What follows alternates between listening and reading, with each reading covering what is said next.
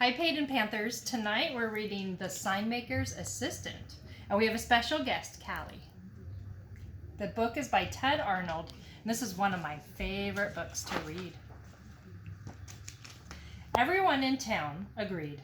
The Signmaker did the finest work for miles around.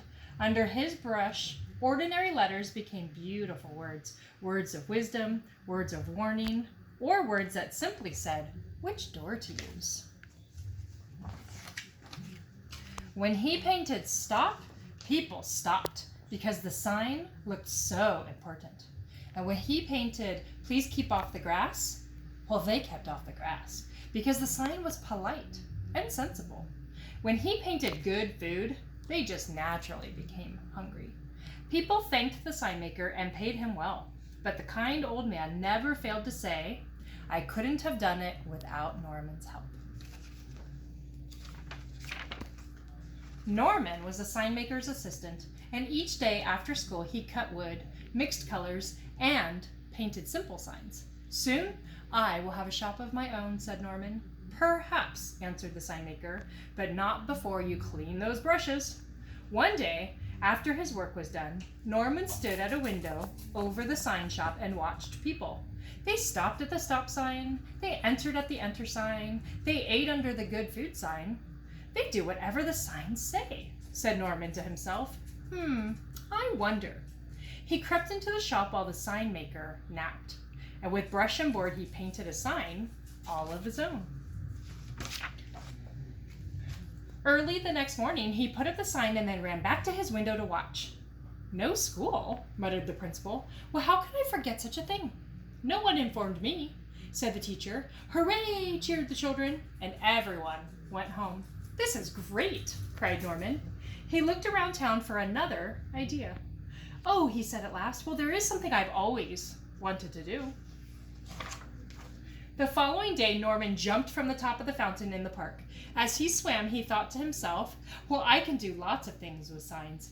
And ideas filled his head. That afternoon, when Norman went to work, the Signmaker said, I must drive to the next town and paint a large sign on a storefront. I'll return tomorrow evening, so please lock up the shop tonight. And as soon as the Signmaker was gone, Norman started making signs, and he painted for hours and hours and hours. In the morning, people discovered new signs all around town. Bank closed. Deposit money here. Eat your hat. Toy shop. Buy Norman a present.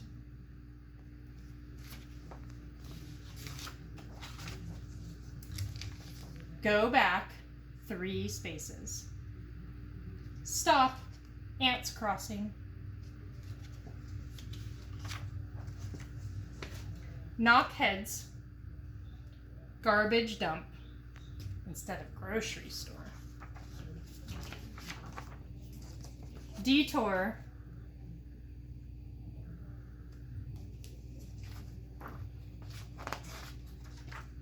Norman watched it all and laughed until tears came to his eyes.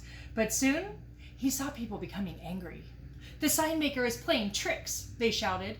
He has made fools of us. The teacher tore down the no school sign. Suddenly, people were tearing down all the signs, not just the new ones, but every sign the Signmaker had ever painted.